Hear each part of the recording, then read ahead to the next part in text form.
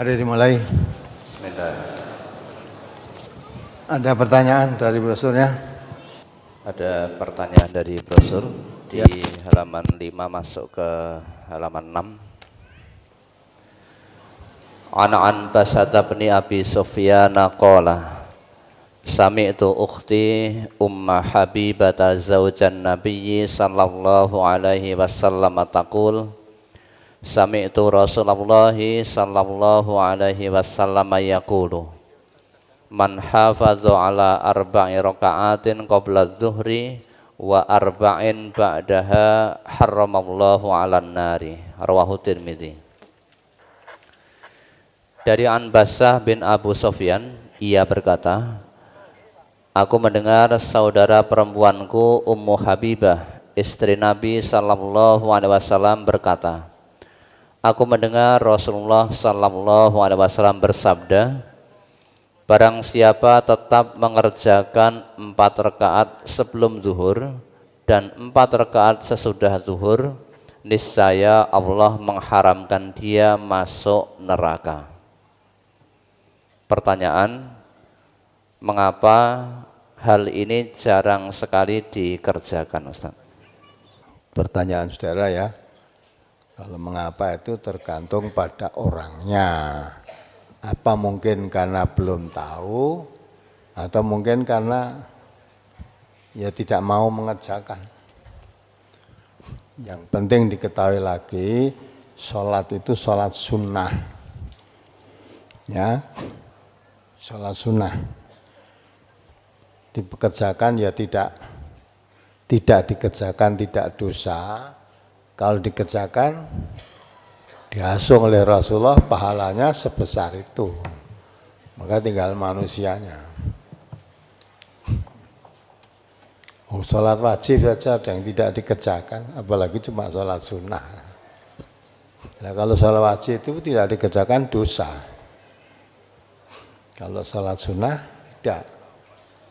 Apalagi tentang sholat fajar di masjid di desa saya, sebelum sholat subuh jamaah selalu melakukan puji-pujian dengan suara yang sangat keras sehingga sangat mengganggu jamaah yang sedang melaksanakan sholat fajar. Pada saat khutbah Jum'ah, saya jelaskan bahwa pujian sebelum sholat itu tidak dituntunkan oleh Rasulullah dan termasuk bid'ah. Dan saya jelaskan daripada untuk pujian, lebih baik untuk berdoa, apalagi sebelum sholat subuh atau fajar, karena 2 rakaat sholat fajar lebih baik daripada dunia seisinya. Alhamdulillah sekarang di masjid saya sebelum sholat subuh tidak ada lagi puji-pujian dengan konsekuensi yang jamaah yang datang semakin berkurang. Pertanyaan, menurut Ustadz, apakah yang saya lakukan sudah benar? Mohon tausiahnya. yang kamu lakukan benar menurut kamu, tidak benar menurut yang lain. Ya, kamu tanya menurut saya, kalau menurut saya mestinya kamu jelaskan, tidak usah mengatakan bid'ah begitu. Ya, dihasung aja mereka. Allah mengatakan dalam ayat 36 itu, surat Al-A'raf 36, surat Bani Israil ya, wala taqfu ma laisa laka bihi ilmun. Ya, jadi jangan mengatakan bid'ah, barangkali dia sudah mengetahui dalilnya. Nah, kamu yang belum tahu, tidak usah melakukannya. Dianjurkan bagi yang melakukan seperti itu, disuruh mencari ilmunya dulu. Kalau belum tahu, jangan melakukan. Ya, masalah pada itu, wala taqfu ma laisa laka bihi ilmun. Jangan kamu melakukan suatu perbuatan ibadah yang kamu belum tahu ilmunya. Sebab apa yang dilakukan nanti, pendengaran, penglihatan, hati, itu nanti akan ditanya oleh Allah.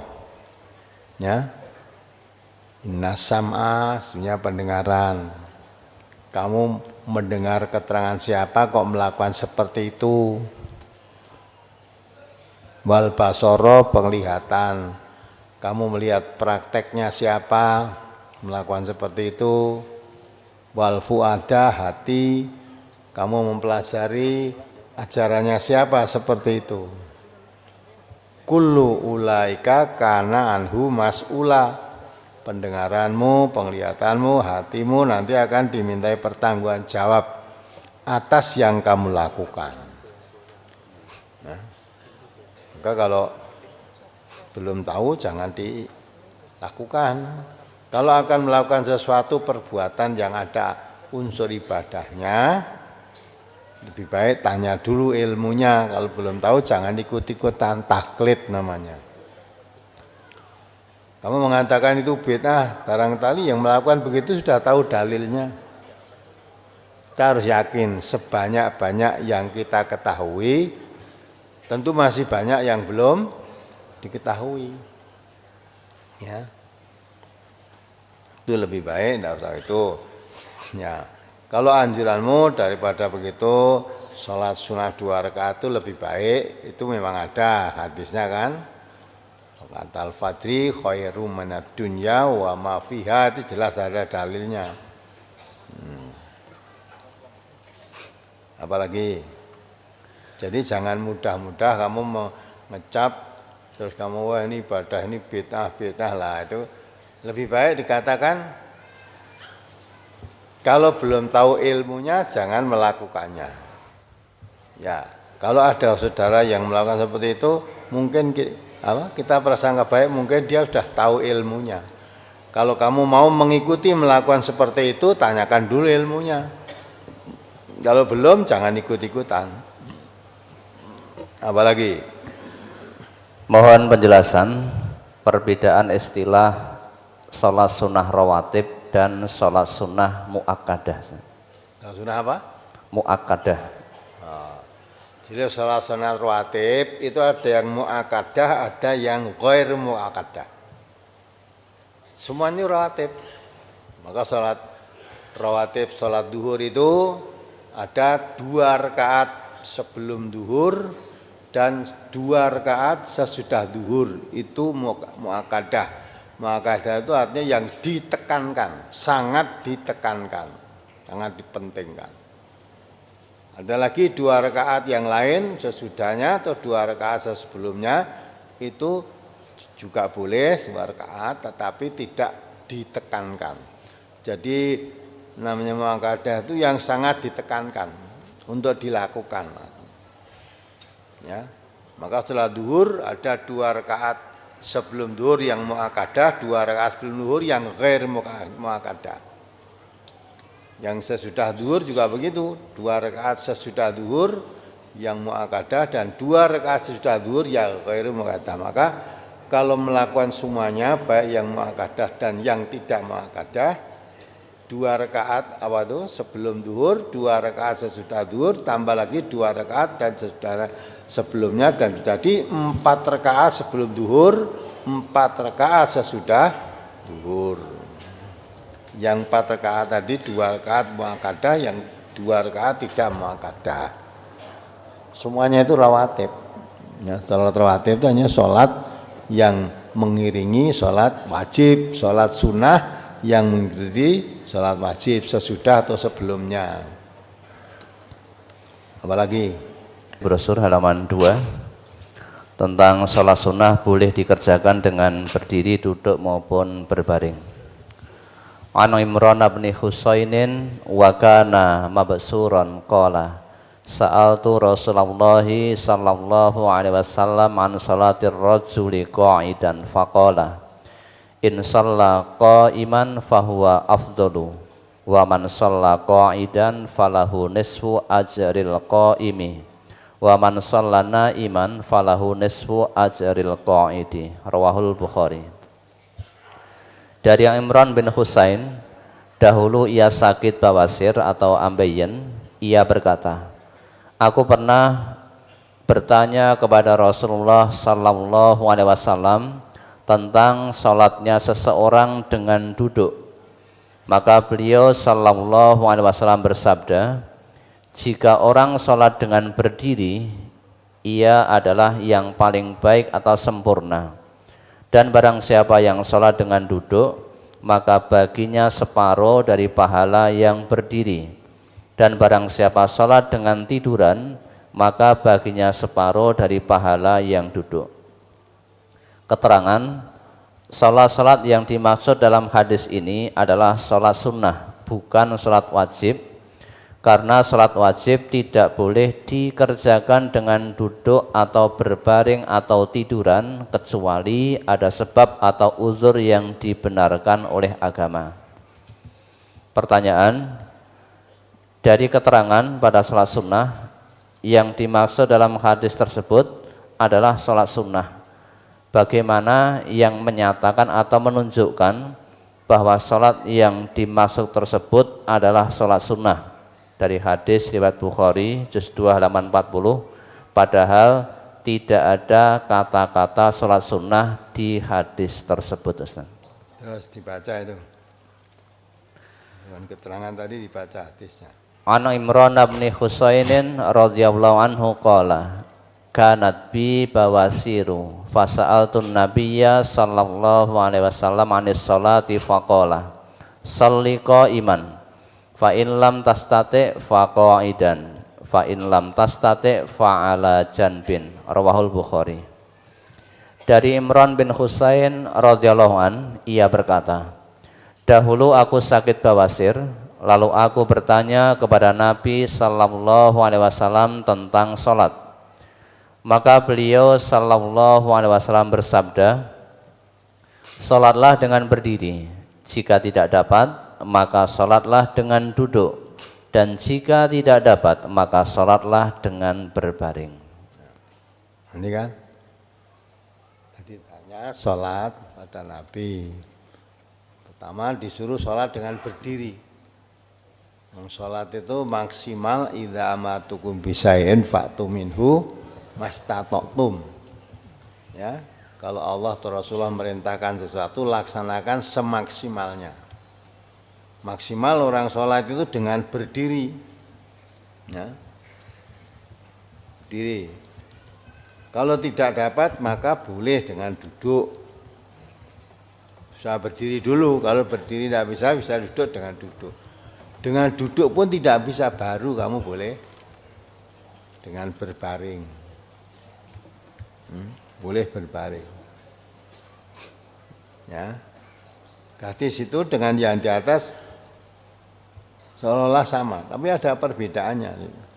Kita pernah bertanya kepada Rasulullah SAW, sholatnya seorang dengan duduk, maka beliau bersabda, sholatnya orang duduk, ya, Nabi tidak melarang dengan duduknya di situ, tapi diterangkan di situ pahalanya separuh orang berdiri.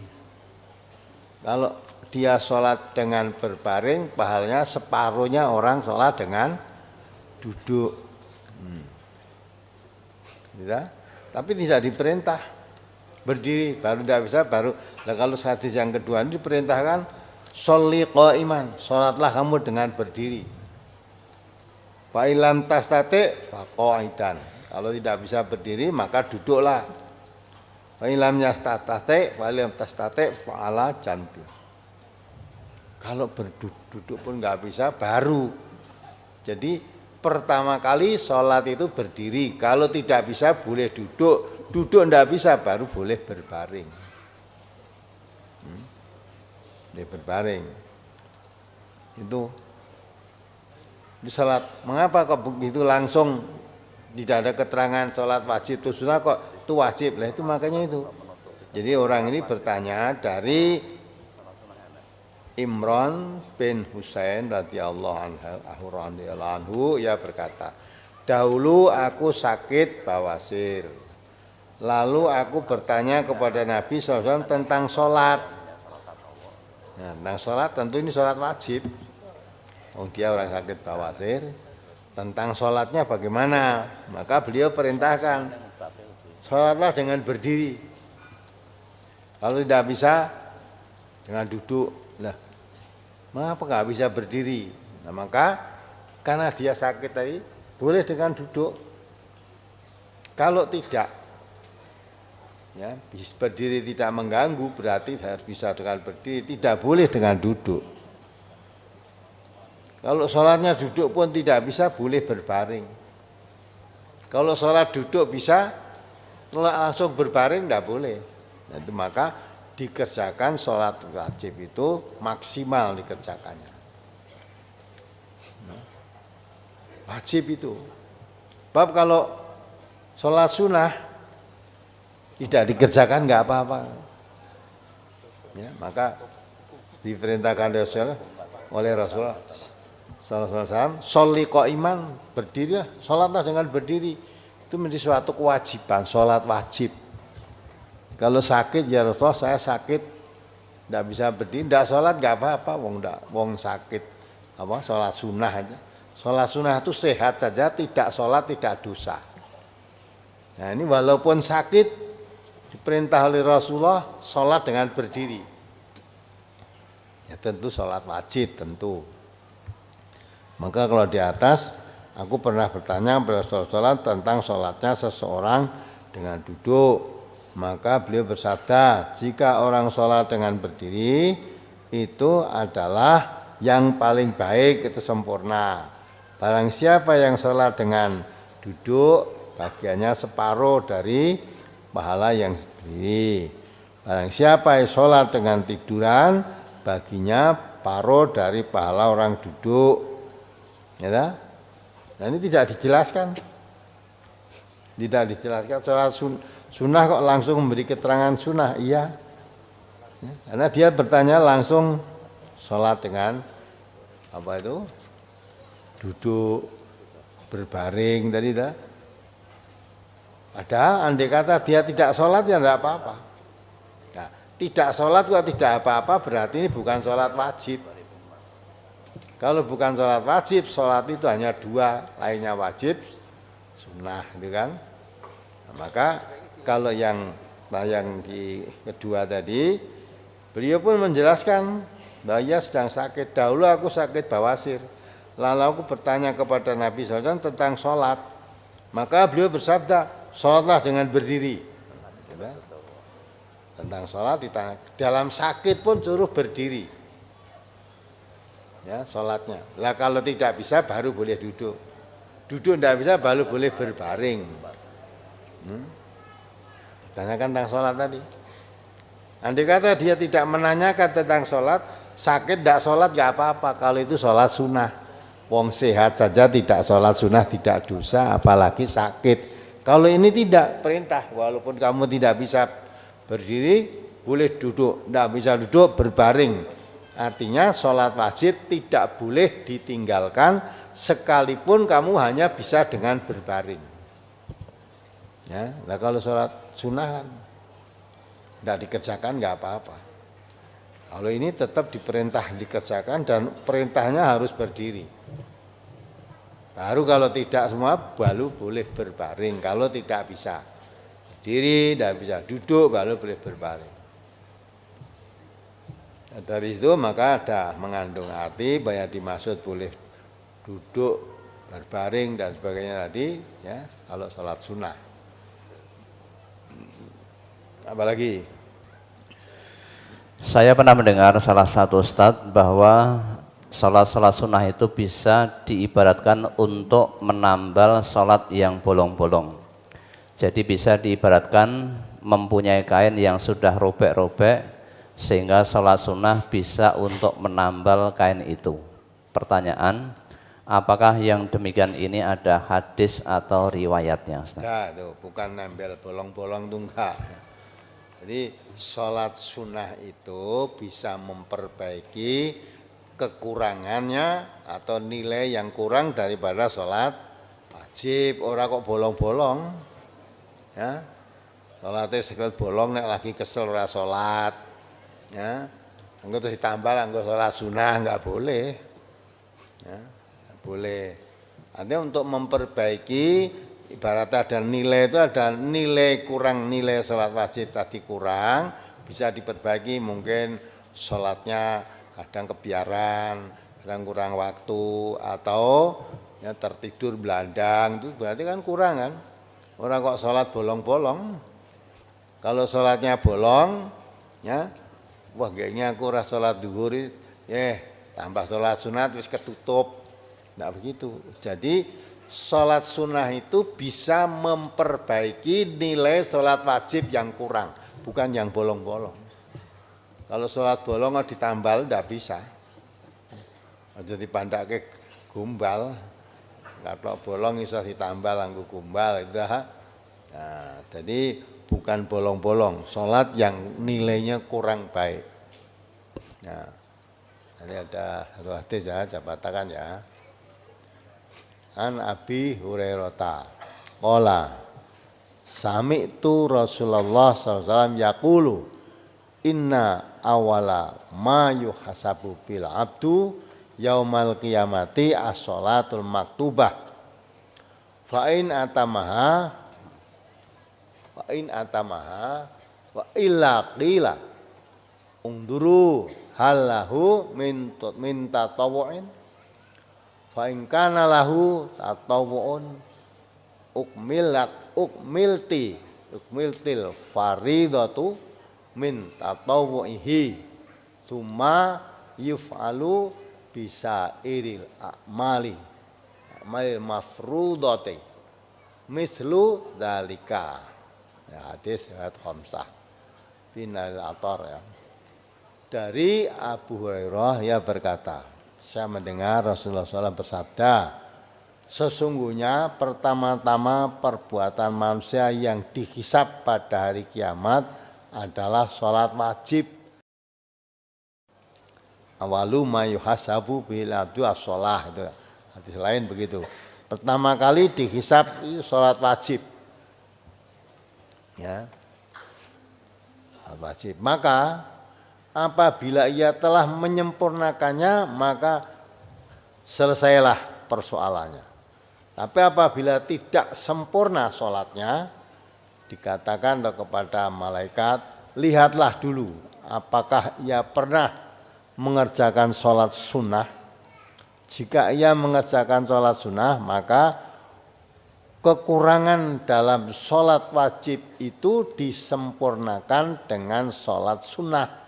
Kemudian semua amal-amal yang wajib diperlakukan seperti itu. Nah, ya. Tidak ada kekurangan. Jadi kalau sholat wajibnya kurang, nilainya kurang baik, banyak melakukan sholat sunnah. Nah, pahala sholat sunnah itu bisa menutup kekurangan sholat wajibnya tadi. Bukan kalau sholatnya bolong-bolong.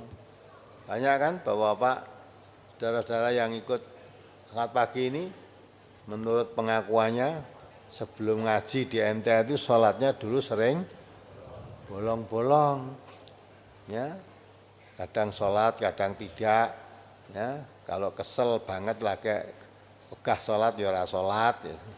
Kadang kala susah ya ora sholat, seneng ya ora sholat, nah, gitu ya. Ya, sholat wajib bolong-bolong, apa dia punya sholat sunnah?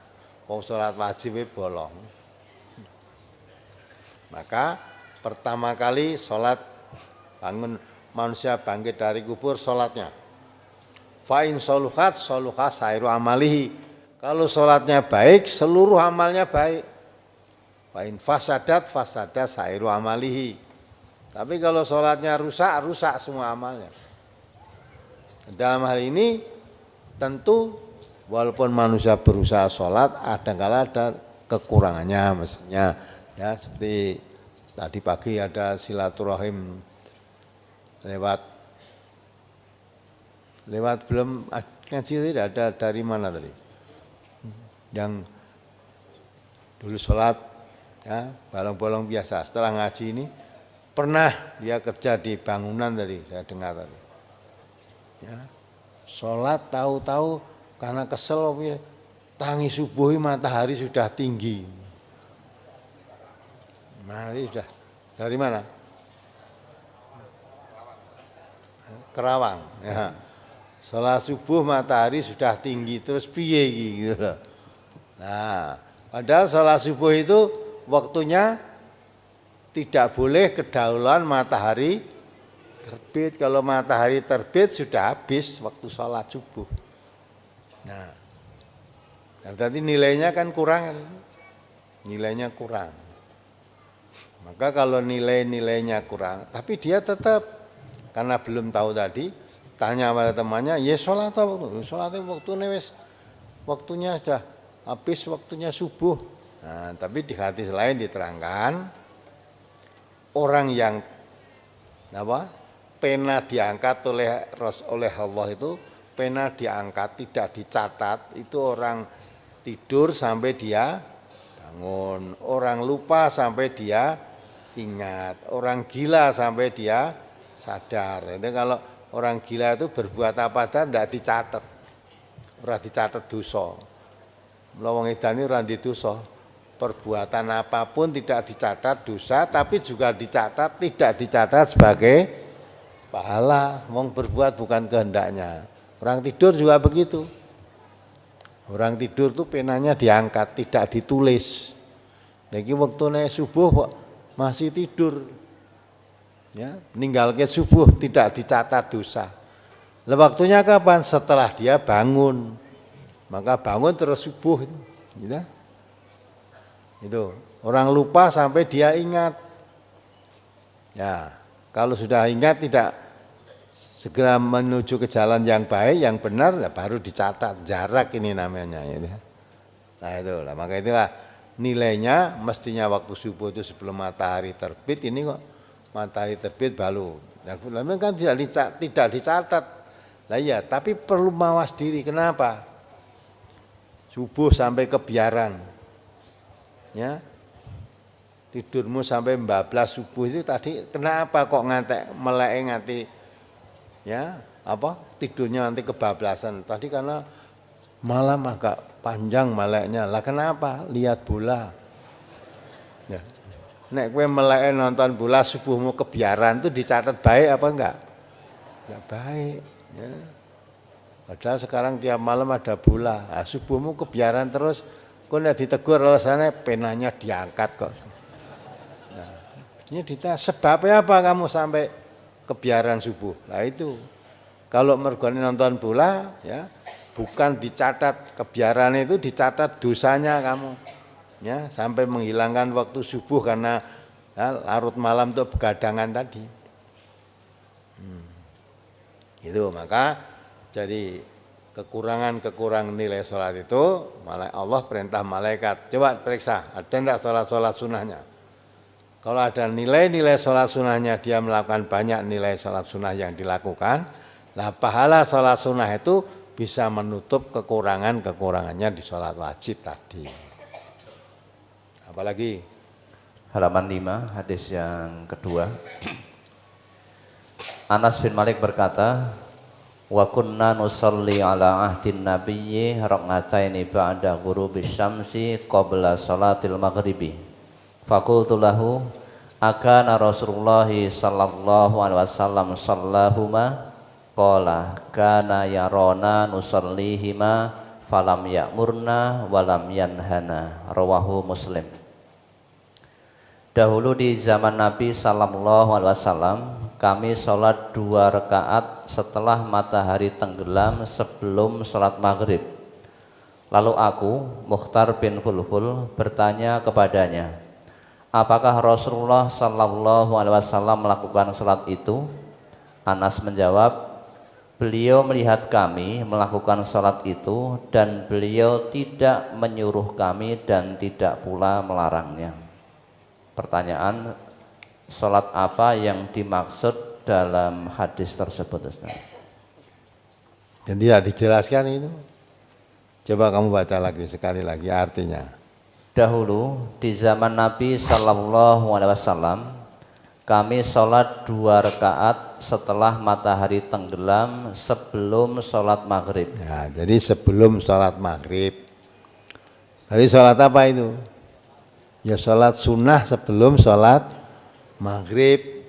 Karena ada lagi sholat sunnah sesudah sholat maghrib. Ada lagi sholat sunnah sesudah sholat Isya itu yang mu'akadah. Sesudah sholat isya, sesudah sholat maghrib itu sholat sunnah mu'akadah. Nah itu sebelum maghrib tadi, ya, tapi sudah masuk waktu maghrib, hanya dia belum melakukan sholat maghrib. Nah, seperti subuh kan. Kalau subuh itu dinamakan sholat, itu mu'akadah. Sampai dikatakan khairum minad dunya wa ma fiha. Dan tadi sebelum dia sholat maghrib, ya sholat. Terus dibaca, diartikan tadi. Lalu aku, Mukhtar bin Fulful, bertanya kepadanya, apakah Rasulullah Sallallahu Alaihi Wasallam melakukan sholat itu? Anas menjawab, beliau melihat kami melakukan sholat itu dan beliau tidak menyuruh kami dan tidak pula melarang. Ya, tidak menyuruh. Pertanyaan apa Nabi melakukan begitu? Nabi tidak melakukan. Tapi ada sahabat yang melakukan, tidak disuruh dan juga tidak dilarang. Ya, tidak dilarang. Tadi ada tuh halaman berapa tadi yang menerangkan kalau kamu mau silahkan sholatlah. Kalau kamu mau gitu loh. Halaman berapa tadi? Itu namanya sholatnya yang tidak ditekankan. Nek kowe gelem ya sholat, ora gelem ya ora apa-apa gitu loh.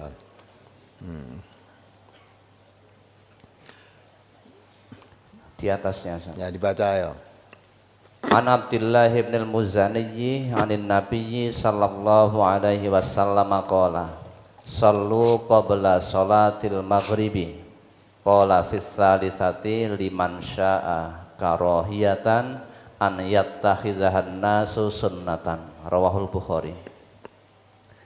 Dari Abdullah bin Mughaffal al-Muzani dari Nabi sallallahu alaihi wasallam, beliau bersabda, sholatlah qobliyah maghrib, dan beliau bersabda pada yang ketiga kalinya, bagi siapa yang mau, karena beliau tidak suka orang menjadikannya suatu keharusan. Ya enggak, sama tuh dengan yang ditanyakan tadi kan sama ini. Coba dibaca terus yang tadi ditanyakan itu, nyambung itu nanti. Dahulu di zaman Nabi Sallallahu Alaihi Wasallam, kami sholat 2 rakaat setelah matahari tenggelam sebelum sholat maghrib. Nah, sama toh, yang ditanyakan sama dengan hadis yang di atas tadi. Ya toh? Nabi mengatakan sholatlah qoblal maghrib, qobliyah maghrib. Ya, beliau bersabda pada yang ketiga kali, sholatlah sebelum maghrib, sholatlah sebelum maghrib. Yang ketiga, sholatlah sebelum maghrib bagi yang mau, gitu lah. Artinya tidak muakadah itu. Terus, lalu aku, Mukhtar bin Fulful, bertanya kepadanya, apakah Rasulullah Sallallahu Alaihi Wasallam melakukan sholat itu? Anas menjawab, beliau melihat kami melakukan sholat itu dan beliau tidak menyuruh kami dan tidak pula melarang. Pertanyaannya kan jawabnya tidak begitu. Padahal yang ditanyakan apa Nabi melakukan seperti itu, tidak dijawab melakukan atau tidak, itu enggak. Jawabnya beliau melihat kalau saya melakukan sholat itu. Tetapi saya melakukan sholat itu tidak disuruh oleh Nabi, tetapi melihat Nabi saya melakukan begitu, Nabi tidak melarang saya juga tidak. Maka cocok dengan hadis yang di depan tadi. Kalau kamu mau, jadi itu sholat apa itu? Itu sholat qobliyah maghrib. Waktunya sudah maghrib, sebelum dia sholat maghrib, dah sholat. Ya, sholat sunnah rawatib sebelum maghrib. Ya, itu tekanannya bukan sholat sunnah muakadah, karena itu diterangkan kalau kamu mau atau barang siapa yang mau. Di daerah saya ada yang melaksanakan sholat tahajud dilakukan secara berjamaah di masjid. Sebelumnya dikumandangkan azan pada waktu 2/3 malam. Kemudian para jamaah datang dan melaksanakan sholat tersebut. Apakah yang demikian ini dibenarkan menurut tuntunan, Ustaz? Saya belum tahu. Nabi Baik belum tahu itu kan enak kan. Yang saya ketahui, sholat yang dipanggil dengan adzan itu sholat wajib.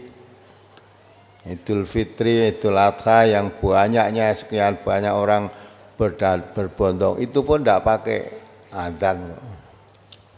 Ya, apalagi sholat tahajud tak pakai adzan. Ya mungkin yang melakukan itu sudah tahu dalilnya, kalau saya belum tahu. Makanya tidak usah ikuti wong belum tahu. Saya belum pernah melihat riwayatnya Nabi mau sholat tahajud terus adzan dulu manggilin datang, enggak. Nabi sholat tahajud itu malah enggak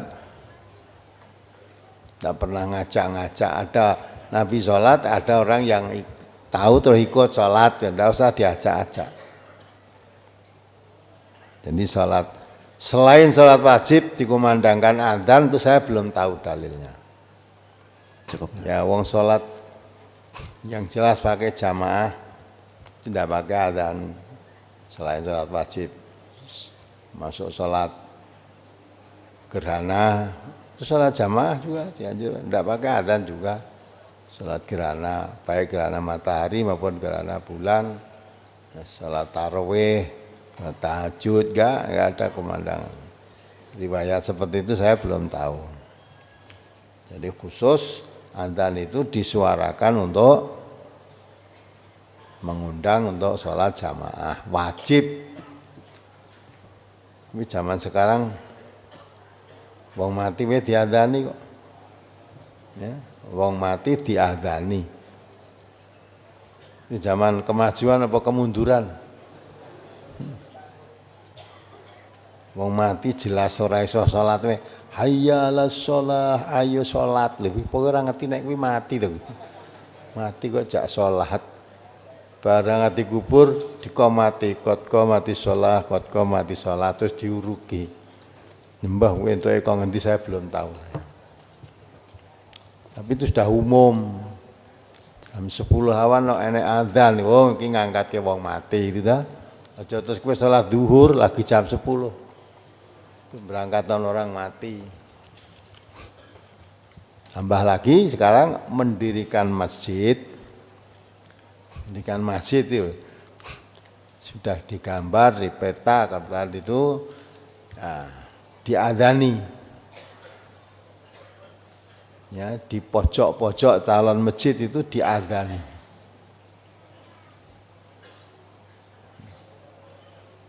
Itu ngangkat ke haji ya diadzani. Nah, itu kurang gawean ya. Atau kurang mengerti, tidak tahu. Nek kurang mengerti dikandani ya angel ya. Nah, itu cara membuat sendiri itu. Ya, yang penting kita jaga diri. Ku anfusakum wa ahlikum. Nah, apalagi masalah ibadah kita harus hati-hati. Jangan melakukan suatu ibadah yang belum tahu dalilnya. Man amila amalan laisa alaihi amruna fahuwa raddun. Siapa melakukan suatu perbuatan ibadah yang tidak ada ilmu, artinya ditolak, tidak diterima, ditolak. Assalamualaikum warahmatullahi wabarakatuh. Waalaikumsalam warahmatullahi wabarakatuh. Nama saya Pak Sukirno dari Binaan Karanganyar 2, Pak. Karanganyar 2, Iya. Ya, apa? Yang saya tanyakan pelaksanaan sholat wajib itu kalau sudah melebihi waktu istilahnya itu harus apakah cukup di iqomah saja Pak, tapi itu pelaksanaan ya berjamaah. Maksudnya ya, apa cukup di? Beriqomah saja atau diadani itu loh Pak? Ya. Nah, itu yang pertama. Yang kedua, antara infak sama zakat itu diutamakan yang mana Pak itu? Itu yang kedua. Dan yang ketiga, pelaksanaan sholat di masjid saya itu imamnya itu selalu itu apa menggendong anak itu loh, apa itu sah apa tidak itu sholatnya Pak itu? Imamnya selalu Istilahnya sama menggendong anaknya itu loh Pak, kadang ya nangis itu kan terlalu mengganggu. ya. Dan yang keempat, pelaksanaan sholat fajar itu Pak, kan istilahnya ikut matnya masjid itu tidak sama. Istilahnya itu kalau sudah iqomah itu apa masih ada sholat fajar Pak? Karena setiap masjid itu iqomahnya tidak sama. Itu saja. Akhirul salam. Bila taufiq wal hidayah. Assalamualaikum warahmatullahi wabarakatuh. Waalaikumsalam warahmatullahi wabarakatuh. Sholat wajib yang sudah tidak ada waktu apa cukup iqomah saja? Ya. Tujuan adzan itu untuk memanggil orang datang sholat. Nah, kalau sudah orang datang semua, ya di situ tidak ada lagi yang perlu dipanggil, ya tidak usah adzan, boleh langsung diiqomati saja. Orang yang ada sudah datang. Apalagi ya wes sekarang adzan jam 3, di jam 4:30 lagi mulai ke sawah. Masa jam 4:30 adzan? Ya, masjid-masjid lain sudah adzan, sudah rampung, kamu baru bengok-bengok manggil. Sebetulnya yang baik itu ya memang adzan itu sudah cukup. Kalau sudah satu adzan, merasa kabeh adzan. Itu kalau ada kesepakatan begitu lebih baik. Kalau sudah dipanggil muadzin itu hayya 'alas shalah, datang dari berbagai, oh ini sudah masuk waktu, masuk, datang ke masjid setelah waktu adzan itu. Kalau memang harus tiap masjid menyuarakan adzan ya silahkan saja, nggak boleh, tapi mestinya adzan itu tepat waktu masuk sholat itu diadzani. Jam 5 lagi adzan asar kan sudah tidak waktunya lagi. Ya. Nah kalau sudah gitu, ya ada orang sudah datang di masjid diqomati aja. Boleh. Ya, karena adzan itu tuh memanggil, sing dipanggil wis reneng, ya, dan tidak ada. Kok tidak ada lah, sudah ada salat kabeh jam 5. Ya, ini sudah jam 5, kamu datang sak keluargamu dari sawah langsung panen, teko omah tangga-tanggane wis do sholat kabeh jam 5. Nah, tinggal ada yang ada di situ siapa, berapa orang, mari sholat jamaah, jadi diqomati aja. Ya. Diqomati, karena yang dipanggil udah nggak ada, udah lewat waktu. Kemudian lebih utama infak dan zakat itu. Ini perlu Bapak tahu. Bedanya infak dan zakat itu apa? Zakat itu infak tuh bukan? Infak Zohan. Zakat itu juga infak, tetapi infak yang wajib. Infak itu mengeluarkan harta, membelanjakan harta. Anfiqu fisabilillah, belanjakan hartamu di jalan. Maka infak itu artinya membelanjakan harta. Kita ngerokok duit dari kantongan, kita beli rokok, itu ya infak. Infak itu apa? Ya, beli rokok tadi infak, membelanjakan harta, tapi tidak di jalan Allah. Infak. Nah, maka kalau infak yang wajib itu namanya zakat, itu yang harus diutamakan. Ya, jadi yang ibaratnya infak yang wajib dan yang tidak wajib diutamakan mana? Diutamakan yang wajib. Ya, jadi infak wajib. Ojo nek wis infak wajib terus tidak mau infak-infak yang lain, tidak. Wajib tadi kalau tidak dilaksanakan dosa, karena sebetulnya harta yang kita keluarkan zakatnya. Zakat itu bukan milik kita. Kalau kita tidak keluarkan termasuk kita makan, berarti makan harta orang lain. Harta orang lain. Maka zakat yang kita keluarkan itu bukan milik kita. Saya bersih kalau kita dapat uang 1 juta misalnya, ya, keluarkan dulu 25.000 rupiah. 25.000 ini bukan milik kita. Jadi kalau kita dapat uang 1 juta, yang milik kita itu 975. Dari 25 keluarkan, jangan sampai katut dibelanjakan untuk kepentingan yang bukan milik kita. Itu miliknya 8 golongan. Jadi zakat tadi miliknya 8 golongan. Tidak boleh kita gunakan. Itu sudah ada yang punya hak. berikan. Nah itu. Adapun yang lain-lain selain niat wajib itu infak sunnah, boleh mana yang kamu beli dahulukan, yang kamu anggap penting. Tapi kalau zakat itu wajib, tidak boleh kamu menganggap tidak penting, itu wajib. Kalau tidak dikeluarkan dosa. Ya, imam sambil menggendong anaknya. Ya kalau memang tidak ada yang jadi imam lain ya boleh saja lah. Tapi kalau memang ada yang lain, imam nganggo gendongan itu kan mengganggu makmumnya. Ya, memang sholat gendong anak itu boleh, ini mbok aja dadi imam. Ya, berarti gendong nangis, ya, dadi imam. Ya, padahal mestinya anak yang masih kecil itu ditinggal di rumah, jangan sampai mengganggu orang sholat, apalagi jadi imam. Balah digendong nguyuh sisan. Nah, itu ya. Itulah. Jadi nek iso sing gendong anak gue aja dadi imam lah, biar tidak mengganggu makmumnya. Paling tidak konsentrasi makmum mesti terganggu gitu.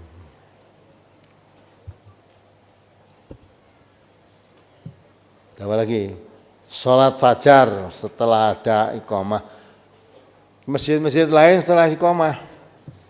Masjid yang kamu mau jamaah di situ belum iqamah. Ya. Memang ada masjid kadang-kala kan beda-beda. Ada masjid yang memberi jeda 10 menit setelah adzan. Ada lagi yang memberi jeda 15 menit. Ada lagi tanpa jeda, pokoknya gini. Wis imamnya datang langsung qomati. Makmume pira anggere imam wis teko langsung qomati. Ya. Maka kadang terjadi iqamahnya tidak sama.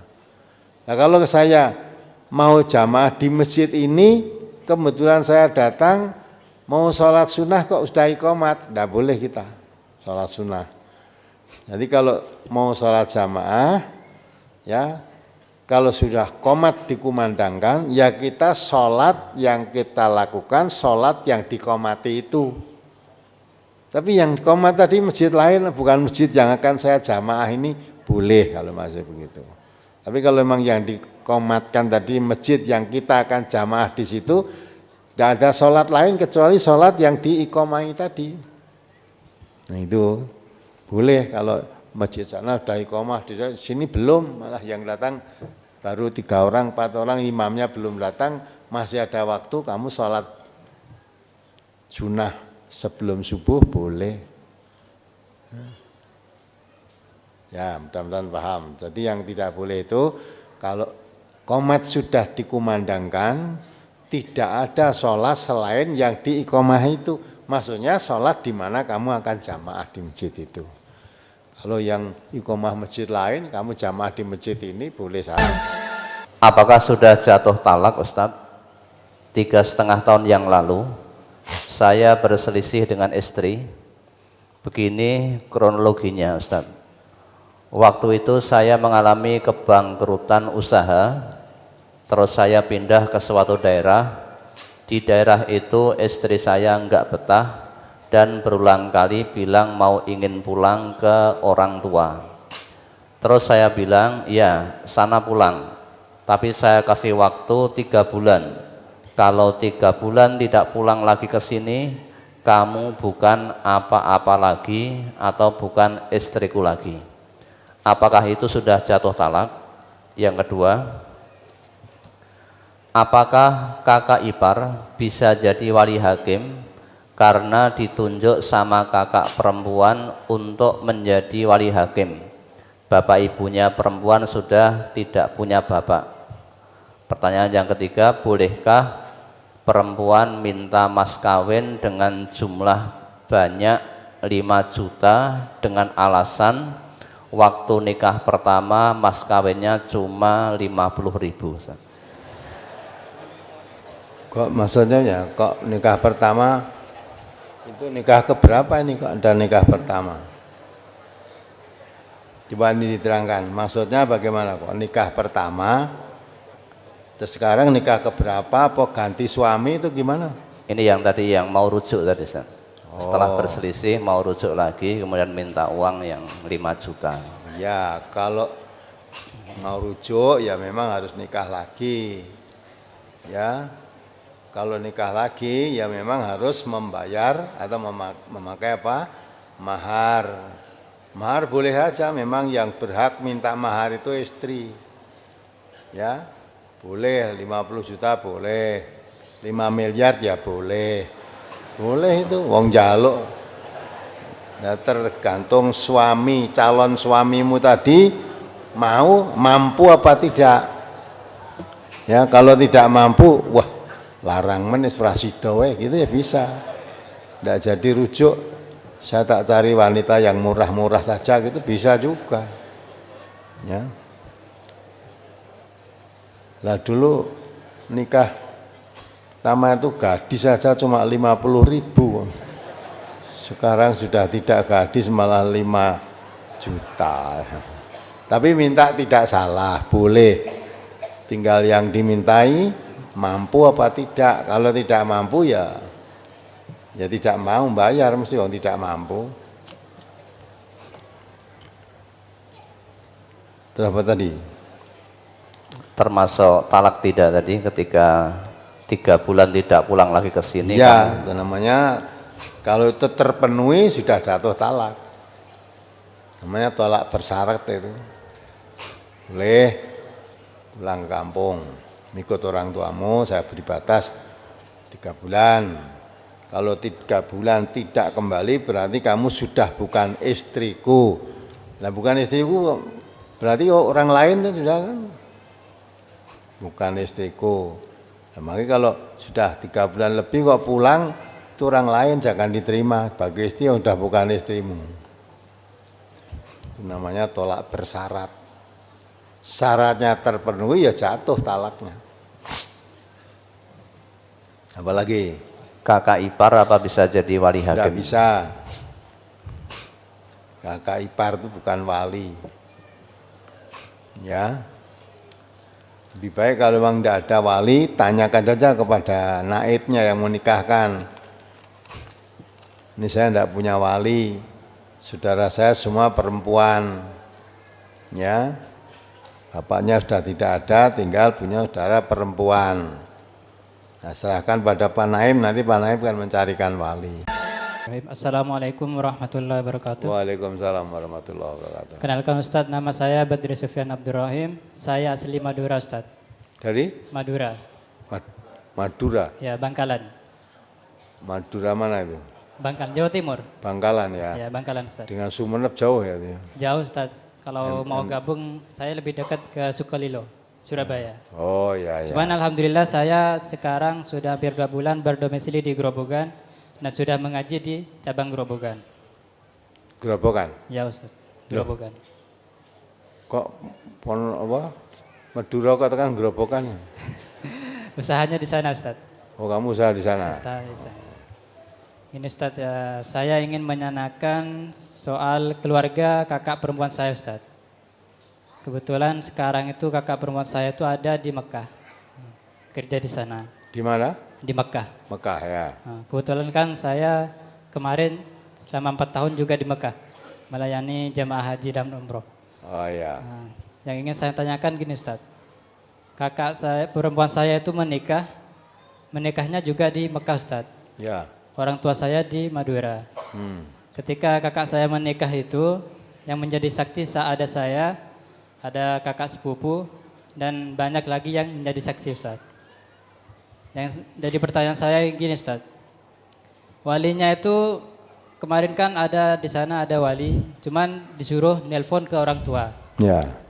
Disuruh nelpon, suruh pemasrahan dari orang tua Ustadz, orang tua saya. Dan ketika ditelepon itu mungkin sinyalnya agak bagus, jadi putus-putus Ustadz. Jadi yang dari Mekah itu disuruh SMS saja, yang intinya itu mewakilkan Ustadz. Ya. Nah itu yang saya tanyakan, nikahnya itu sah apa tidak? Ya. Dan yang kedua ini Ustadz, masalah kakak perempuan saya ini juga.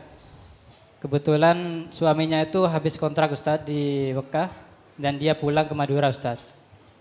Setelah saya tanyakan kepada kakak saya itu selama di Mekah itu hampir 6 bulan tidak memberi nafkah. Cuman dia pulang ke kontrakannya, cuman tidak memberi nafkah Ustadz, hanya seminggu sekali katanya. Gitu Ustadz. Dan sekarang itu pulang ke Madura.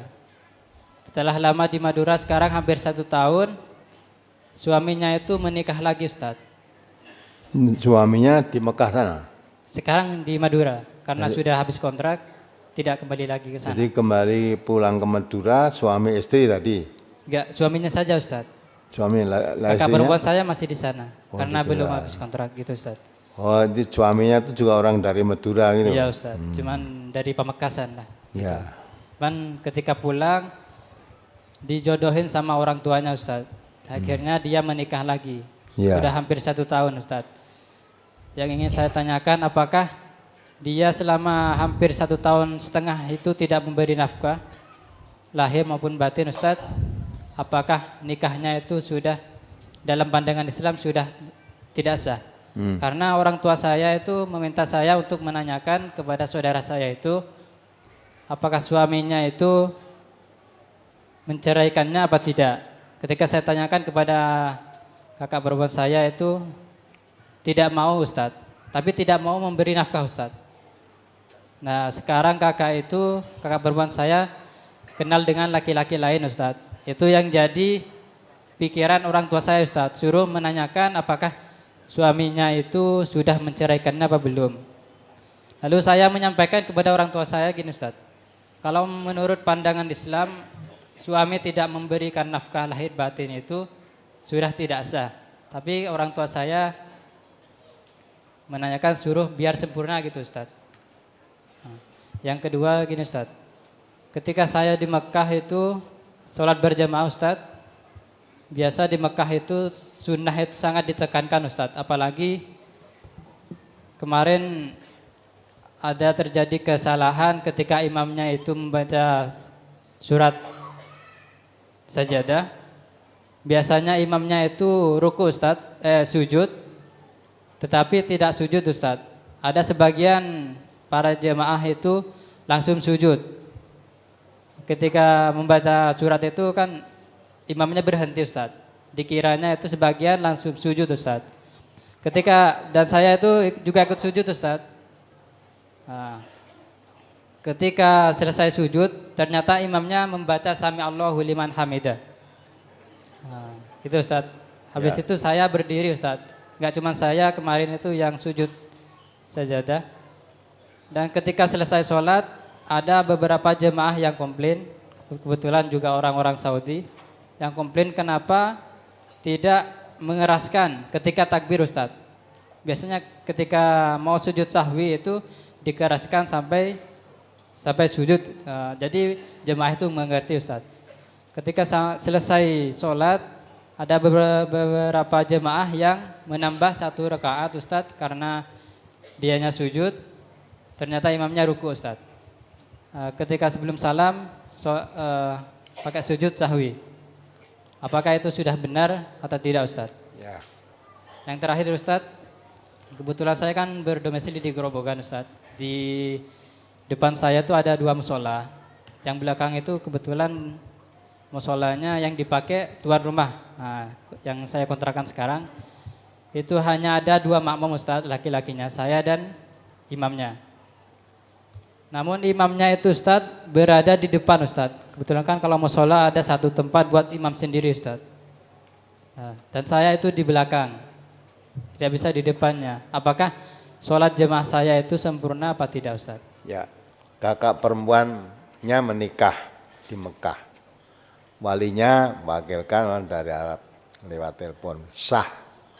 Itu penting wali, kalau mau tidak bisa datang ya kalau memang masih ada wali yang berhak menikahkan itu wali. Kan tidak bisa minta tolong, apalagi zaman sekarang komunikasi lancar, bisa lewat telepon, bisa lewat WA, bisa lewat SMS, menyerahkan minta tolong kepada siapa yang untuk menikahkan anak perempuannya. Insya Allah nikahnya sah. Boleh itu. Tidak usah tadi mau jadi wali dari Madura yang Mekah sana perlu jadi wali tok terus mulai. Bisa begitu ya baik, tapi menyerahkan orang lain minta tolong supaya dinikahkan anaknya tidak salah, sah nikahnya. Suaminya pulang kampung lalu menikah lagi, tidak memberi nafkah istri ya, selama 6 bulan, tidak pernah memberi nafkah lahir dan batin. Walaupun tidak diberi nafkah, ya bagaimana bisa memberi nafkah batin wong di Madura dengan di Mekah. Ya, nek lahir ya mungkin bisa dikirim uang dan sebagainya. Kalau memang tidak diberi nafkah, istrinya masih nerima ya tidak apa-apa. Apa tahu nanti setelah pulang nafkahnya didobeli nanti. Ya. Kalau memang dia tidak memberi nafkah, ya namanya zalim.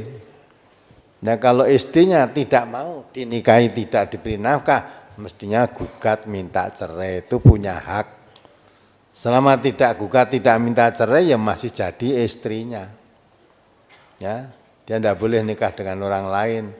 Kalau suaminya tadi menikah dengan wanita lain boleh aja karena memang wanita boleh nikah lebih dari satu. Laki-laki ya, laki-laki boleh. Sing wedok sing lanang deg-degan iki lho. Wah kok wanita nanti do nikah meneh kelangan bojo gitu. Jadi laki-laki boleh nikah lebih dari satu asal bisa berbuat. Berulang kali saya tekankan di akad pagi, laki-laki menikah atau poligami itu bukan anjuran, bukan perintah, tetapi satu kebolehan dengan syarat. Syaratnya berat, yaitu berlaku adil. Fa'ilam ta'dilu fawaqidatan. Kalau sekiranya tidak bisa adil mempunyai istri lebih dari satu, lebih baik satu saja. Kalau tidak bisa adil kok lebih dari satu, dolim namanya. Dan dolim itu innallaha la yuhibbudz dzalimin. Allah tidak menyukai orang yang dolim. Nah itu mengenai suaminya nikah tadi ya gimana wong istrinya di Mekah, dia di Madura sendirian butuh istri ya, yang di Mekah tidak pulang ya nikah lagi ya. Asal bisa berlaku adil boleh-boleh saja. Kemudian imam baca ayat sajadah tetapi imam tidak melakukan sujud, tapi ada jamaah yang sujud. Nah, yang salah jamaahnya itu. Ya, kalau imamnya walaupun membaca ayat sajadah, kalau imamnya tidak sujud, makmumnya ya tidak perlu sujud. Pernah zaman ini tadi ada orang membaca Quran. Kebetulan yang dibaca ayat sajadah, Nabi di sebelahnya. Nabi tidak sujud. Terus sahabat yang baca tadi tanya, "Ya Rasulullah, ini tadi saya baca ayat sajadah, mengapa Nabi tidak sujud?" Nabi menjawab, "Lah imamku kan kamu. Ya, yang membaca ayat sajadah itu kamu. Maka kamu dalam hal ini menjadi imam. Kalau kamu sujud membaca ayat sajadah tadi, Nabi ikut sujud. Kalau yang membaca tidak sujud, yang mendengarkan pun ya tidak perlu sujud, apalagi sholat. Ya, lah imamnya tidak sujud, kok kamu sujud ya mesti ketinggalan loh. Ya, imamnya tidak sujud.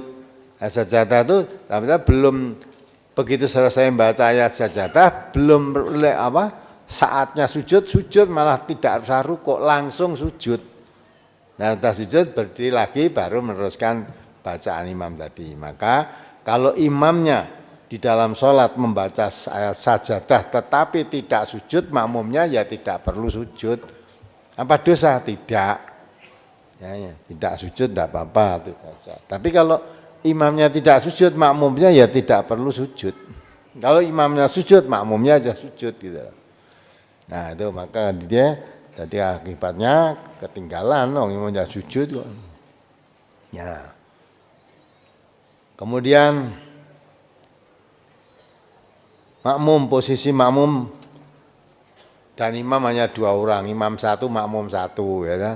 Mestinya kalau yang betul menurut tuntunan, kalau makmumnya hanya 1 laki-laki ya berdua dengan imamnya saja, posisi makmum di sebelah kanannya imam, bukan di belakang. Ya, lah imamnya ada tempat khusus, ya tempat khusus ditempati 2 orang, 1 imam 1 makmum kan bisa. Atau kalau memang tidak cukup 2 orang, imamnya mundur dari tempat yang cukup. Itulah artinya kalau imamnya 1, makmumnya 1, posisi makmum di sebelah kanannya imam, bukan di belakang.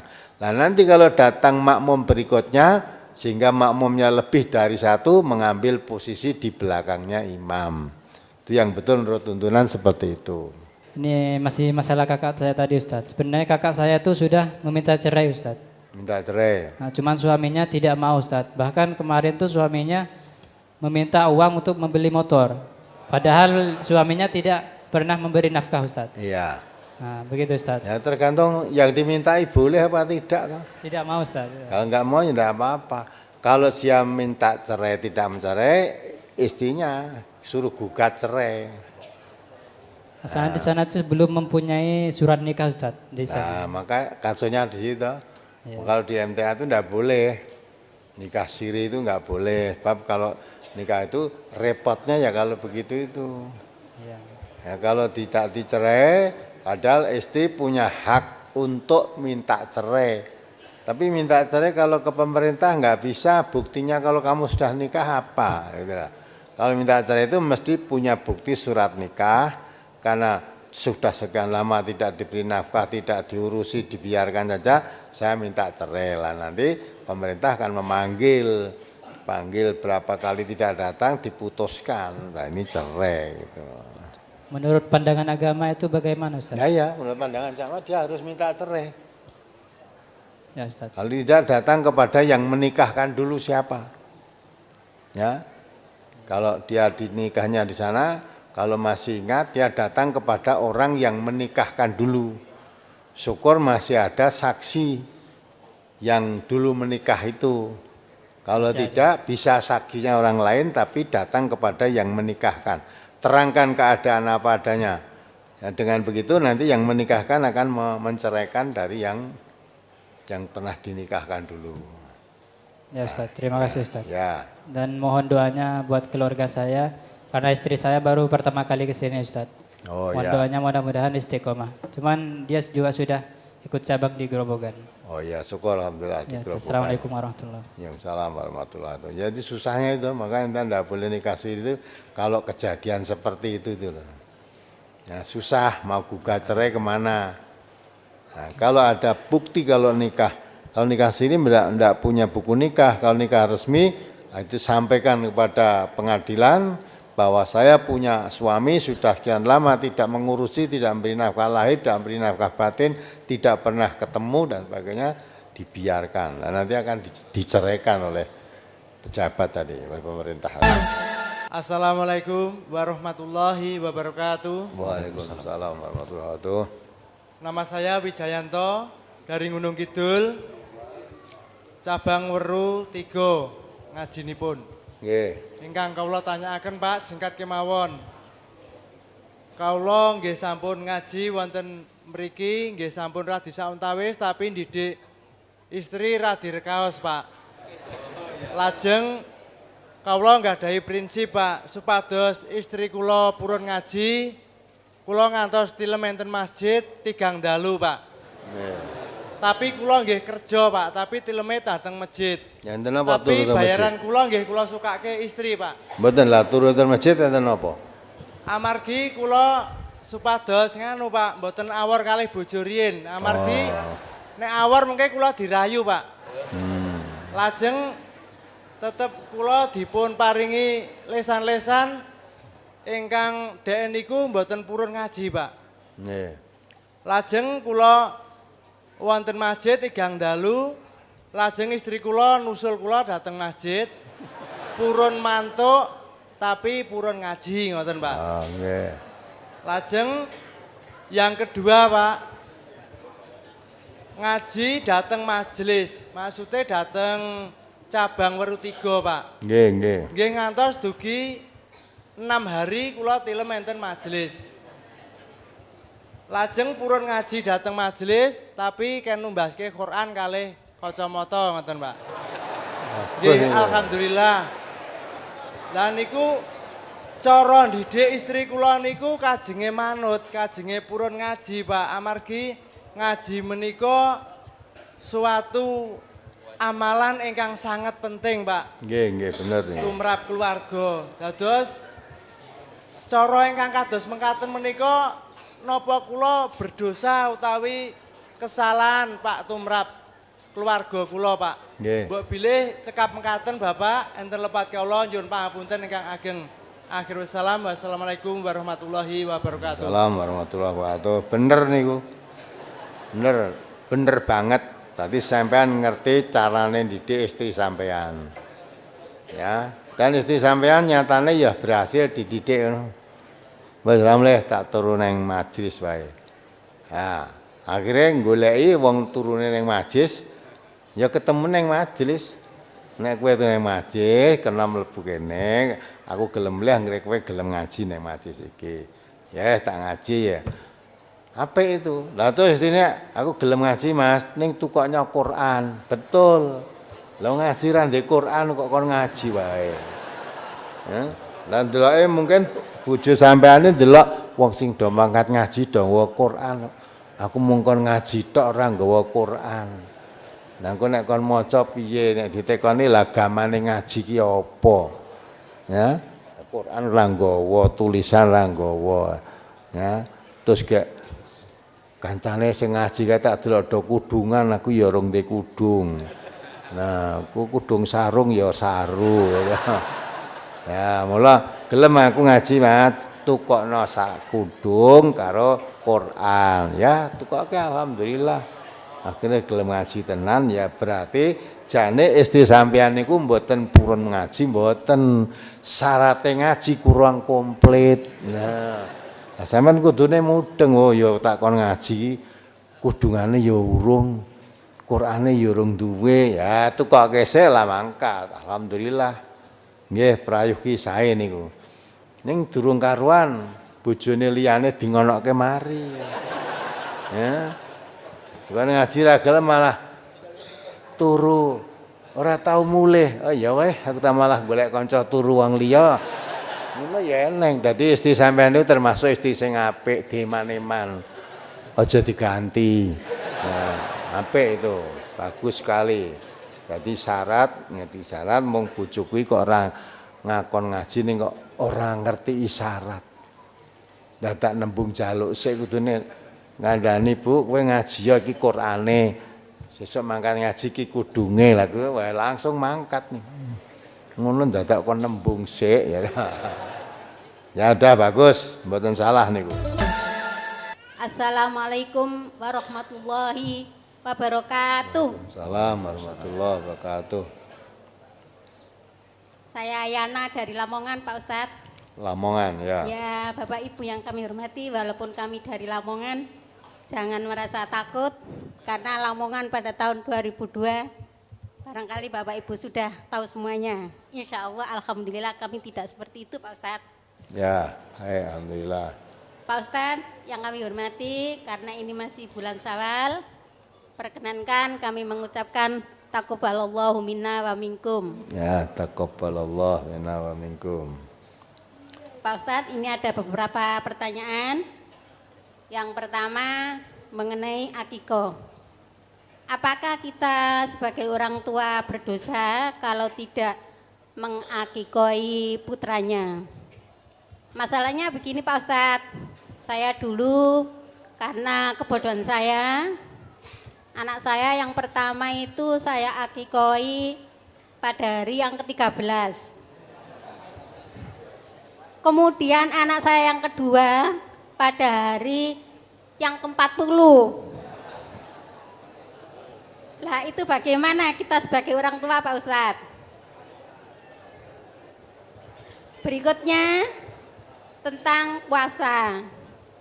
Dulu ya semacam tadi Pak Ustadz, karena kebodohan saya, pada saat anak saya yang pertama saya hutang puasa selama 30 hari karena saya menyusui.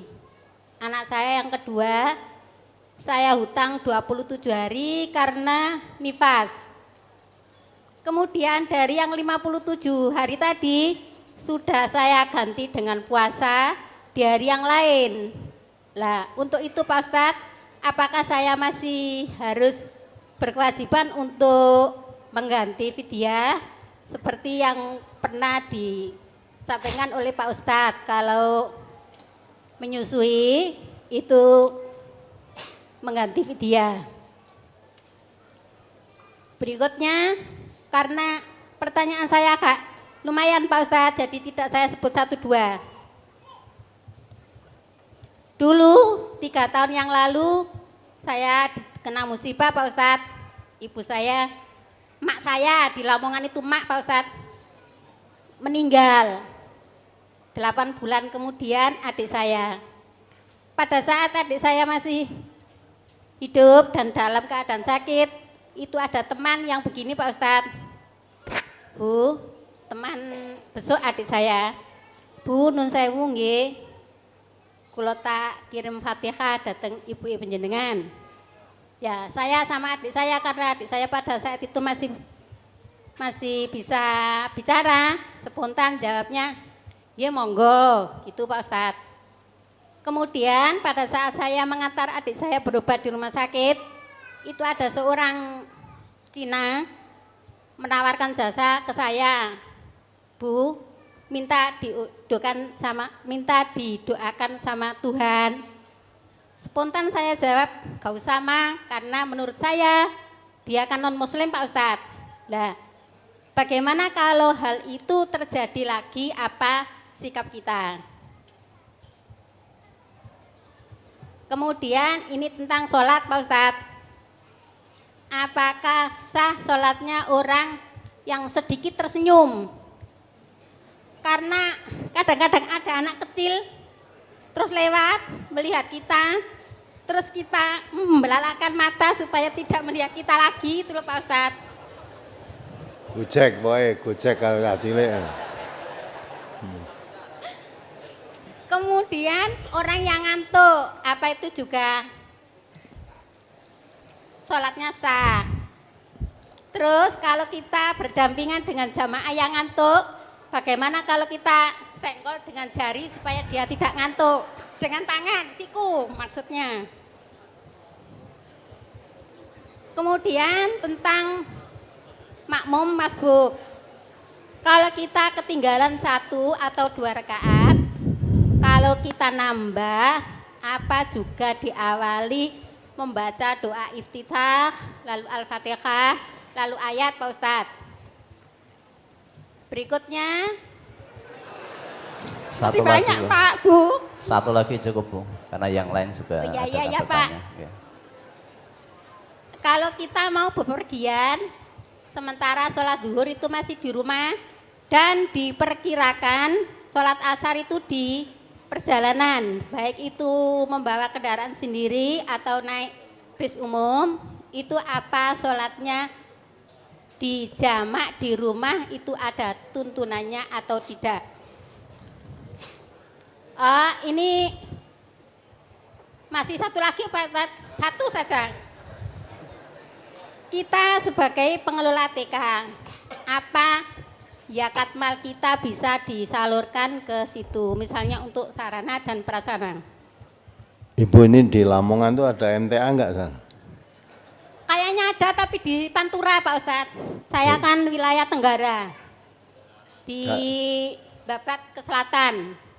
Ya, dari dekat. Tapi disampaikan kalau di Sukotadi ada binaan, kalau saya tidak salah lihat. Dan ini satu lagi Pak Ustadz. Nah, ini bukan pertanyaan Pak Ustadz, ini cuma simpatisan karena saya salut sekali sama Pak Ustadz. Pak Ustadz itu penampilannya rapi, anggun, karismatik.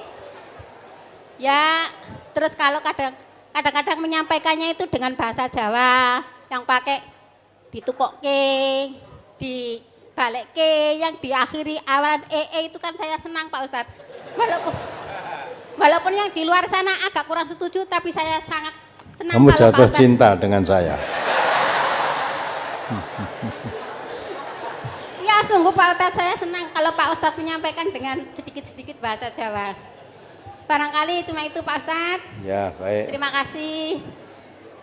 Oh, ini ada yang nyambung dari Jayapura. Boleh Kang? Boleh nanti aja, nanti. Oh, nanti. Masih ada waktu nanti ya. Ya sudah. Terima Ya, kasih baik. atas tausiahnya Pak Ustadz. Assalamualaikum warahmatullahi wabarakatuh. Waalaikumsalam warahmatullahi wabarakatuh. Jadi ibu ini dari Lamongan, tapi tampaknya jarang datang ke sini. Mungkin baru sekali ini. Mumpung datang, borong pertanyaan. Sesok minggu lagi udah tidak datang ini. Jadi ya, yang ditanyakan tadi, akikoh yang dulu anak pertama hari ke-13, anak kedua hari ke-40. Nah, yang ditanyakan apa? Kalau memang mau ditanyakan anak yang ketiga nanti hari ke-7. Yang sudah kebacut 13 dan 40 ya sudah. Tidak usah dibaleni atau diakekoi lagi, malah mau hari keberapa nanti. Ya sudah, karena dulu tidak tahu ya sudah. Dan tidak usah diulangi lagi. Nanti aja kalau mau akikoh lagi, kalau punya anak lagi, ditempatkan pada hari akikoh yang dituntunkan itu hari ke-7 dari kelahiran anak. Itu yang pertama. Kemudian bayar hutang puasa karena menyusui. Ya, memang kalau menyusui itu bayar utangnya boleh tidak puasa, tetapi ganti puasa yang ditinggalkan itu memberi fidyah, memberi makan orang miskin, karena orang menyusui termasuk yutiqunahu. Sedang Allah mengatakan wa mangkana apa? Wa mangkana minkum maridon aw al safarin apa idatu min ayyamin ukhra. Ya. Terus dia waladina yutiqunahu. Nah, bagi orang-orang yang yutiqunahu fidyatun ta'amu miskin. Orang yang yutiqunahu merasa berat, termasuk kategori berat itu orang menyusui, orang hamil itu. Kalau itu tidak puasa karena menyusui, gantinya tidak puasa di hari lain tapi bayar fidyah. Maka kalau tadi melahirkan ya selama itu nifas itu diganti dengan puasa di hari lain selain Ramadan. Lah terus nifasnya sudah selesai, ganti menyusuinya selama berapa hari tidak berpuasa itu dibayar dengan fidyatun ta'amu miskin, memberi makan orang miskin. Itu aturan agama seperti itu, tidak boleh ditukar-tukar. Ya. Kemudian apakah boleh orang non muslim mendoakan kita? Boleh, silahkan saja. Tapi kita tidak usah minta didoakan oleh orang non muslim. Kalau bukan orang muslim dia mau mendoakan ya silahkan saja. Jangan dilarang dia berdoa kepada Tuhan yang mereka anggap Tuhan mereka. Ya, jadi kalau mau mendoakan kan kita doakan maksud ra entuk ya ndongano kon sakarepmu. Doa. Jangan didoakan. Lah didoakan kok enggak boleh. Ya. Ya asal bukan kita yang minta. Kalau kita orang Islam kok minta didoakan oleh orang Kristen, oleh orang Hindu, doanya aja lain. Karena Tuhannya lain kan. Nah, maka perkara mereka mau mendoakan menurut keyakinan mereka sendiri silahkan. Tidak usah dilarang, tapi jangan kita minta didoakan menurut mereka. Ya, apakah sah salatnya orang yang sedikit tersenyum? Ya, karena tadi gojek ya tidak sah. Gojek karena yang cah cilik malah dikeliling-keliling ya malah dikedepi. Itu namanya kan tidak sholat, gojek itu. Ya. Gojek sama anak-anak kecil itu. Batal itu sholatnya kalau bermain-main seperti itu. Ya. Kalau ngantuk, nah dianjurkan kalau kamu ngantuk, lebih baik tidur dulu setelah bangun dari tidur nanti sholat. kalau betul-betul ngantuk jangan dipaksa untuk sholat, gitu. Tidur dulu. Nah, apalagi sholat jejernya ngantuk, terus disikuti. Lah kamu itu wong sholat kok jejermu ngantuk, ya ngerti ki piye. Kok tahu, apa kamu juga melihat? Nah, terus disikuti. Nah, itu namanya kurang konsentrasi dalam sholatnya. Lah kalau dia sholat ngantuk ya biar, kalau kamu sholat nggugah orang ngantuk, tidak ada tuntunan sholat nggugah wong ngantuk. Ya, ya, diusahakan kalau sangat ngantuk malah oleh Nabi itu suruh tidur dulu. Nah, karena kalau sholat dalam keadaan ngantuk nanti tidak akan tahu apa yang dibaca. Yang dibaca nanti salah apa benar nggak akan tahu. Mulai tidur dulu biar nanti setelah bangun tidur baru sholat. Kemudian nambah sholat masbuk, apakah diawali dengan iftitah? Iftitah itu hanya sekali waktu permulaan sholat itu. Kalau nambah rakaat karena masbuk kurang 2 rakaat atau kurang 3 rakaat, kekurangannya itu tidak usah ditambah dengan iftitah. Dan namanya iftitah itu permulaan setelah takbiratul ihram. Nah, sebelum membaca Al-Fatihah baru baca iftitah setelah takbiratul ihram. Tidak ada iftitah lagi setelah dibaca takbiratul ihram tadi. Ya, artinya setelah dibaca takbiratul ihram itu hanya sekali. Setelah itu iftitah, terus nanti kekurangan rakaat karena masbuk tadi, walaupun dengan takbir menambahnya tadi, tetapi tidak usah pakai iftitah lagi. Iftitah itu hanya dibaca awal setelah takbiratul ihram. Sedang takbiratul ihram selama dalam sholat itu hanya sekali. Ya, sudah sekali. Maka iftitahnya ya sekali aja. Kalau tidak dapat ya apa iftitah, ya pakai bacaan tadi karena sudah masbuk ya sudah, tidak usah baca iftitah. Nanti kekurangannya rakaat ditambah rakaatnya yang kurang, tetapi tidak memakai iftitah. Ya. Kemudian mau bepergian, masih duhur, duhur dan asar boleh dijamak, tetapi kalau masih di rumah, ya duhur saja, tidak usah dijamak. Terus pergi lah, sholat asar boleh dikosor, tidak dijamak. Sholat duhurnya masih di rumah, sudah pergi. Nanti waktunya sholat asar, kalau sudah dalam musafir tadi boleh kamu sholat asarnya dikosor, tetapi tidak dijamak.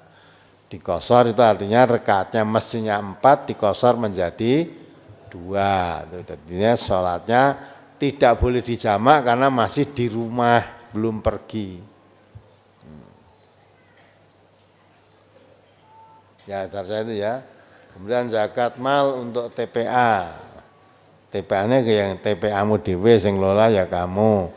Terus zakatnya di kamu beli di situ ya, ya lebih baik zakat mal itu atau zakat diberikan panitia yang di situ pengelola zakat itu lebih adil. Kalau kamu mengeluarkan zakat biasanya mesti dipilih ke sing enek hubungane karo dulure apa karo kancane. Padahal zakat itu bukan miliknya teman, bukan miliknya saudara, tapi zakat itu miliknya fakir, miliknya miskin, miliknya ghorim, miliknya amil, miliknya rikob, miliknya mu'alaf, ibnu sabil, sabilillah, itulah. Walaupun itu teman, kalau dia tidak termasuk salah satu dari 8 golongan itu, tidak berhak menerima zakat. Assalamualaikum warahmatullahi wabarakatuh. Waalaikumsalam warahmatullahi wabarakatuh. Saya Ati Pak dari Jayapura. Oh ya, Jayapura. Mari. Yang ingin saya tanyakan satu Pak, ini ada apa ditunggu pertanyaannya, lagi mendengarkan di sana. Oh, masalah ya. sholat duha Pak. Ya. Kalau itu kan saya belum banyak apa namanya ilmunya, jadi saya katakan kalau sholat duha itu hanya untuk mensedekahi sendi-sendi kita. Sedangkan mereka bilang itu bukan mensedekahi, tapi untuk meminta rezeki gitu Pak. Yang kedua Pak, ini permohonan, kalau di Jayapura dengan sini kan beda 2 jam. kalau on air itu kan kita selalu nunggu apa pertanyaan itu susah sekali masuk. Mohon maaf untuk yang sering on air itu, yang pertanyaan-pertanyaan yang sering apa sudah masuk, mohon maaf untuk tidak dipending dulu, jadi yang jauh-jauh biar bisa masuk, Pak. Yang ketiga, Pak, ini Jadi sana malamnya lebih dulu sana ya? lebih dulu 2 jam, Kalau Pak. sini jam 8 baru mulai, berarti sana udah jam 10. Iya. Ya selak ngantuk gitu ya. Ya terus? Yang ketiga ini permohonan maaf, Pak. Soalnya saya kalau di Jayapura kan sering berdebat dengan orang-orang yang sudah berilmu banyak, sedangkan saya sendiri kan belum berilmu. Kalau menyebut nama Al Ustadz itu pasti, subhanallah, jelek sekali Pak, kayak asu gitu saya kan. Ya. Nah memang mulutnya isinya asu. Dia mulai ngomong panjang di dalam mulutnya isinya itu, ya maka yang keluar itu. Terus kan waktu Al Ustadz ke Jayapura kan sempat kita rombongan ke perbatasan antara Jayapura Papua Nugini. Ya. Terus saya lihat ada teman itu lagi cium tangan sama Ustadz dengan berpose di situ. Setelah balik badan baru saya bilang, sudah ketemu sama asunya. Digigit enggak? Kata-kata itu saya mohon maaf sekali Ustadz. Wassalamualaikum warahmatullahi wabarakatuh. Waalaikumsalam warahmatullahi wabarakatuh ya. Jadi yang ditanyakan atau permintaannya supaya kalau on air itu jamnya pertanyaan-pertanyaan itu bagaimana supaya di sana bisa mendengar gitu ya. Ya wong jame beda ya kudu sing kono gelem rodok wengi sithik gitu ya. Kalau gini suruh menyesuaikan ya kene kok salah. Misalnya 2 jam lagi jam 6 kene. Masa jam 6 wis on air. Kene belum sholat maghrib, belum sholat isya ya. Kalau memang membutuhkan ya sana harus mau menunggu, sabar. Mau lihat bola aja wani ngantuk. Ya. Kemudian sholat duha itu bukan untuk minta rezeki, bukan. Terus sedekah bukan, ya dah. Sholat duha atau sholat apa saja itu untuk mengharap ridhonya Allah. Inna sholati lillahi rabbil alamin. Jadi jangan sholat duha ben rezekine oke. Nanti kalau ternyata sholat duha udah lama rezekine ora tambah-tambah, wah bae ngapusi wis ra sida sholat wae kita. Maka Allah sudah mendidik kita inna sholati wa nusuki wa mahyaya wa mamati lillahi rabbil alamin. Salat duha itu penting.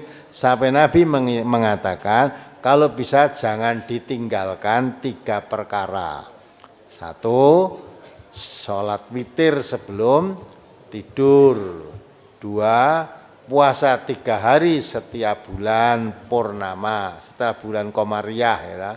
Yaitu setiap bulan Komariah, tiap bulan puasa 3 hari.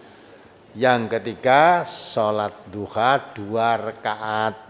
Itu kalau bisa itu jangan ditinggalkan. Itu pesannya Nabi, berarti sesuatu hal yang mesti penting. Nabi sampai memesankan jangan ditinggalkan.